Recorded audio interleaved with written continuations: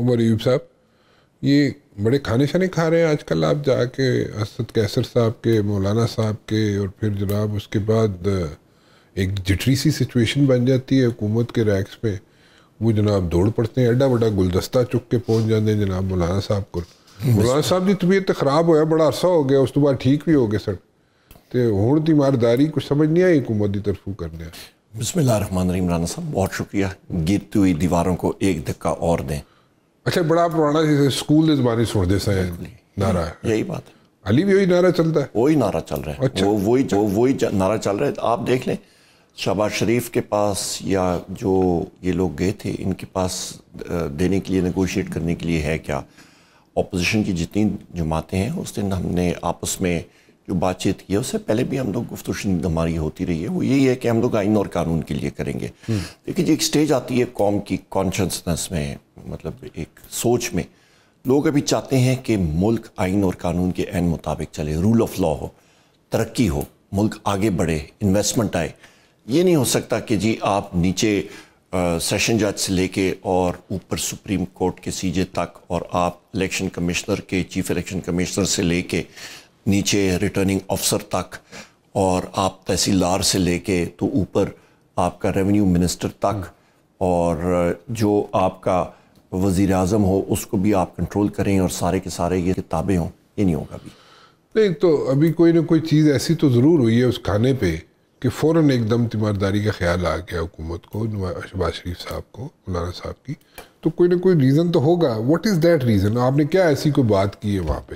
میں نے تو سنا ہے بلکہ مولانا صاحب نے پی ٹی آئی والوں کو بڑی کھری کھری سنائی ہے. نہیں, ہماری کوئی ایسی کھری والی بات نہیں ہے. ہماری پہلے بھی بات چیت ہوتی. دیکھیں ہم لوگ 2 انڈیپینڈنٹ پارٹیز ہیں, اور ان کا مولانا صاحب کا اپنی پارٹی میں وہ جواب دہی ہوتی ہے, ہم لوگوں کی اپنی پارٹی میں جواب دہی ہوتی ہے. ایک میوچل رسپیکٹ ہوتا ہے. ہم لوگ میوچل رسپیکٹ کے دائرے میں بیٹھ کے بات چیت کرتے ہوتے ہیں. جو رنجش ہوتی ہے وہ ہم لوگ سامنے رکھتے ہیں, جو چیز پہ اتفاق ہوتا ہے وہ کرتے ہیں. اور شہباز شریف اور مسلم لیگ نون جو ہے وہ تو آف فیز ہوتا ہے نا, آپ کا سنک ہوتا ہے. آپ الیکٹریکل انجینئرنگ آپ نے دیکھی ہو تو وہ سائن ویو بنتا ہے, تو ان کا فیز اڑا ہوا ہے. یہ پورے فیز پہ ان کے ساری فیز اڑ گئے ہیں اس وقت. وہ سائن ویو وہ بالکل آؤٹ آف سنک چل رہے ہیں. آؤٹ آف سنک کیسے چل رہے ہیں؟ شہباز شریف صاحب بالکل ٹھیک ہے, مطلب کہ آرام سے حکومت کر رہے ہیں, پہلے بھی کر گئے, پھر دوبارہ کر رہے ہیں. تو آؤٹ آف سنک کیوں نہیں ہوئے؟ بالکل سنک ہوئے ہوئے.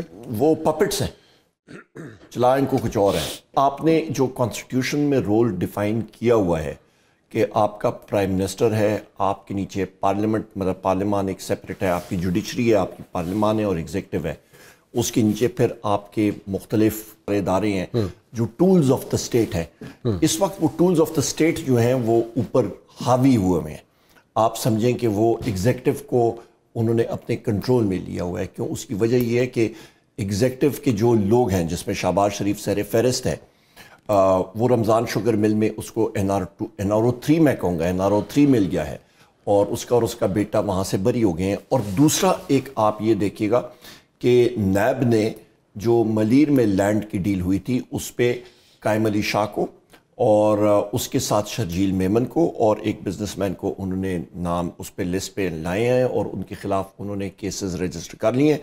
اور یہ کیسز استعمال کرے گی آپ کی اسٹیبلشمنٹ سلیش باقی لوگ کہ بلاول بھٹو کو اور زرداری کو گھٹنوں کے بل وہ چلوائیں گے, اور ان سے جو سندھ کے پانی کا سودا ہے وہاں پہ وہ کرائیں گے.